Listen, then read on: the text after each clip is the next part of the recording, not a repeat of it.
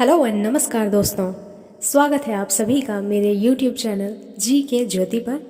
And friends, इस video में हम लेकर आए हैं आधुनिक भारत के इतिहास से काफ़ी महत्वपूर्ण सवाल जो आपके आने वाले हर कम्पिटिटिव एग्जाम्स में बीपीएससी प्रधान शिक्षक हो या civil court clerk steno reader या फिर जो भी अन्य कम्पिटिटिव एग्जाम्स हों उसमें आपके लिए ये काफ़ी महत्वपूर्ण होंगे। बहुत ही क्विकली, ज़्यादा समय न लेते हुए हम 50 क्वेश्चंस के सेट लेकर आए हैं, तो वीडियो को अंत तक ज़रूर देखें। और अगर चैनल पर आप नए हैं तो चैनल को सब्सक्राइब करके बेल आइकन ज़रूर प्रेस कीजिएगा ताकि आने वाले वीडियोस की नोटिफिकेशन आपको मिलती रहे। तो आइए शुरू करते हैं। हमारा पहला सवाल है, टीपू सुल्तान की मृत्यु किस आंग्ल मैसूर युद्ध के दौरान तथा कब हुई? तो टीपू सुल्तान की मृत्यु चतुर्थ आंग्ल मैसूर युद्ध के समय 4 मई 1799 ईस्वी को हुई थी। तो इसका राइट आंसर है चतुर्थ 4 मई 1799 ईस्वी। हमारा अगला सवाल है, टीपू सुल्तान ने कब तथा कहाँ पादशाह की उपाधि धारण की थी? तो टीपू सुल्तान ने श्रीरंगपत्तनम में 1787 ईस्वी में पादशाह की उपाधि धारण की थी। तो इसका राइट आंसर है 1787 ईस्वी श्रीरंगपत्तनम। हमारा अगला सवाल है, हैदर अली तथा टीपू सुल्तान की राजधानी कहाँ थी? तो हैदर अली और टीपू सुल्तान की राजधानी जो थी वह थी श्रीरंगपत्तनम। तो इसका राइट आंसर है श्रीरंगपत्तनम। हमारा अगला सवाल है, हैदर अली का जन्म कब तथा कहाँ हुआ था? तो हैदर अली का जन्म 1721 ईस्वी को बूदी कोट में हुआ था। तो इसका राइट आंसर है 1721 ईस्वी बूदी कोट। हमारा अगला सवाल है, सिख राज्य स्थापित करने का सपना रखने वाला बंदा बहादुर का जन्म कब तथा कहाँ हुआ था? तो बंदा बहादुर का जन्म 1670 ईस्वी रजौली, पुंछ, जम्मू कश्मीर में हुआ था। हमारा अगला सवाल है, राजपूत जाति के बंदा बहादुर के बचपन का नाम क्या था? तो बंदा बहादुर के बचपन का नाम था लक्ष्मण दास। तो इसका राइट आंसर है लक्ष्मण दास। हमारा अगला सवाल है, बंदा बहादुर ने अपनी राजधानी कहाँ बनाई? तो बंदा बहादुर ने अपनी राजधानी लोहगढ़ बनाई। तो इसलिए इसका राइट आंसर है लोहगढ़। हमारा अगला सवाल है, बंदा बहादुर ने किन सिख गुरुओं के नाम के सिक्के चलवाए? तो बंदा बहादुर ने जो सिक्के चलवाए थे वह थे नानक व गोविंद सिंह के। तो इसका राइट आंसर है नानक व गोविंद सिंह। हमारा अगला सवाल है, प्रसिद्ध सिख नेता रणजीत सिंह का जन्म कब तथा कहाँ हुआ था? तो इनका जन्म हुआ था 2 नवंबर 1780 ईस्वी गुजरांवाला, पंजाब। हमारा अगला सवाल है, रणजीत सिंह के पिता कौन थे तथा वह किस मिसल के प्रमुख थे? तो इनके पिता थे महासिंह जो सुकरचकिया मिसल के प्रमुख थे। तो इसका राइट आंसर है महासिंह सुकरचकिया। हमारा अगला सवाल है, रणजीत सिंह ने राजनीति एवं कूटनीति की शिक्षा किससे ग्रहण की? तो रणजीत सिंह ने कूटनीति और राजनीति की शिक्षा माँ सदा कौर से सीखी थी। तो इसका राइट आंसर है माँ सदा कौर से। हमारा अगला सवाल है, रणजीत सिंह ने अपने राज्य को कितने सूबों में बांटा? कौन कौन? तो रणजीत सिंह ने अपने राज्य को 4 सूबों में बांटा और वो थे पेशावर, कश्मीर, मुल्तान व लाहौर। हमारा अगला सवाल है, महाराजा रणजीत सिंह ने अमृतसर की संधि कब तथा किसके साथ की? तो महाराजा रणजीत सिंह ने अमृतसर की संधि 25 अप्रैल 1809 ईस्वी में की थी और यह चार्ल्स मेटकॉफ के साथ की थी। तो इसका राइट आंसर है 25 अप्रैल 1809 ईस्वी, चार्ल्स मेटकॉफ। हमारा अगला सवाल है, रणजीत सिंह की मृत्यु कब हुई? तो इनकी मृत्यु हुई 7 जून 1839 ईस्वी को। तो इसका राइट आंसर है 7 जून 1839 ईस्वी। हमारा अगला सवाल है, रणजीत सिंह का उत्तराधिकारी कौन बना जो अयोग्य साबित हुआ?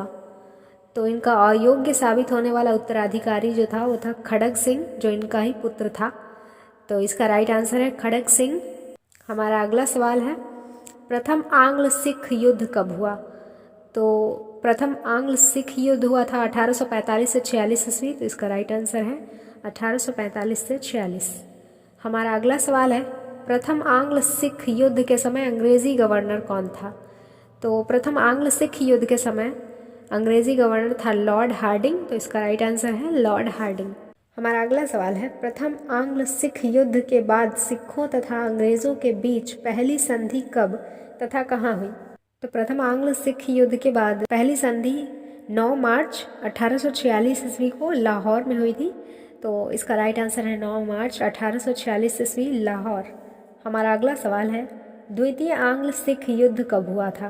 तो द्वितीय आंग्ल सिख युद्ध हुआ था 1848 से 49 ईस्वी। हमारा अगला सवाल है, द्वितीय आंग्ल सिख युद्ध के समय अंग्रेजी गवर्नर कौन था? तो द्वितीय आंग्ल सिख युद्ध के समय अंग्रेजी गवर्नर था लॉर्ड डलहौजी। तो इसका राइट आंसर है लॉर्ड डलहौजी। हमारा अगला सवाल है, द्वितीय आंग्ल सिख युद्ध के समय पंजाब का महाराजा कौन था? तो द्वितीय आंग्ल सिख युद्ध के समय पंजाब का महाराजा था दिलीप सिंह। तो इसका राइट आंसर है दिलीप सिंह। हमारा अगला सवाल है, द्वितीय आंग्ल सिख युद्ध की पहली लड़ाई कब तथा किनके बीच हुई थी? तो द्वितीय आंग्ल सिख युद्ध की पहली लड़ाई 13 जनवरी 1849 ईस्वी को हुई थी और यह शेर सिंह व कमांडर गफ के बीच हुई थी। तो इसका राइट आंसर हो जाएगा 13 जनवरी 1849 ईस्वी, शेर सिंह व कमांडर गफ। हमारा अगला सवाल है, ईस्ट इंडिया कंपनी के अधीन बंगाल का पहला गवर्नर कौन था? तो ईस्ट इंडिया कंपनी के अधीन बंगाल का पहला गवर्नर रॉबर्ट क्लाइव था। तो इसका राइट आंसर है रॉबर्ट क्लाइव। हमारा अगला सवाल है, ईस्ट इंडिया कंपनी के अधीन बंगाल का अंतिम गवर्नर कौन था? तो ईस्ट इंडिया कंपनी के अधीन बंगाल का अंतिम गवर्नर था वॉरेन हेस्टिंग्स। तो इसका राइट आंसर है वॉरेन हेस्टिंग्स। हमारा अगला सवाल है, ईस्ट इंडिया कंपनी के अधीन भारत का पहला गवर्नर जनरल कौन था? तो ईस्ट इंडिया कंपनी के अधीन भारत का पहला गवर्नर जनरल वॉरेन हेस्टिंग्स ही था। तो इसका भी राइट आंसर है वॉरेन हेस्टिंग्स। हमारा अगला सवाल है, शिशुवध प्रतिबंध अधिनियम किस गवर्नर जनरल के शासनकाल में पारित हुआ था? तो शिशुवध प्रतिबंध अधिनियम लॉर्ड वेलेस्ली के शासनकाल में पारित हुआ था। तो इसका राइट आंसर हो जाएगा लॉर्ड वेलेस्ली। हमारा अगला सवाल है, सती प्रथा प्रतिबंध अधिनियम किस वर्ष तथा किस गवर्नर जनरल के शासनकाल में पारित हुआ था? यह अधिनियम पारित कराने में किस समाज सुधारक का महत्वपूर्ण योगदान था? तो सती प्रथा प्रतिबंध अधिनियम वर्ष 1829 ईस्वी में लॉर्ड विलियम बेंटिक के शासनकाल में पारित हुआ था और राजा राम मोहन राय का, जो कि समाज सुधारक थे, उनका इसमें महत्वपूर्ण योगदान था। हमारा अगला सवाल है, किस गवर्नर जनरल ने तथा कहाँ नागरिक सेवा में भर्ती किए गए युवकों को प्रशिक्षित करने के लिए फोर्ट विलियम नामक कॉलेज की स्थापना की? तो यह की थी लॉर्ड वेलेस्ली ने और यह कोलकाता में की थी, इसलिए इसका राइट आंसर है वेलेस्ली, कोलकाता। हमारा अगला सवाल है, किस गवर्नर जनरल को नागरिक सेवा का जनक माना जाता है? तो लॉर्ड कार्नवालिस को नागरिक सेवा का जनक माना जाता है, इसलिए इसका राइट आंसर है लॉर्ड कार्नवालिस। हमारा अगला सवाल है, किस गवर्नर जनरल के शासनकाल में जिले के समस्त अधिकार जिला कलेक्टर को दे दिए गए थे? तो लॉर्ड कार्नवालिस के शासनकाल में जिले के समस्त अधिकार जिला कलेक्टर को दे दिए गए थे। तो इसका राइट आंसर है लॉर्ड कार्नवालिस। हमारा अगला सवाल है, किस ब्रिटिश गवर्नर जनरल ने सहायक संधि की पद्धति शुरू की थी?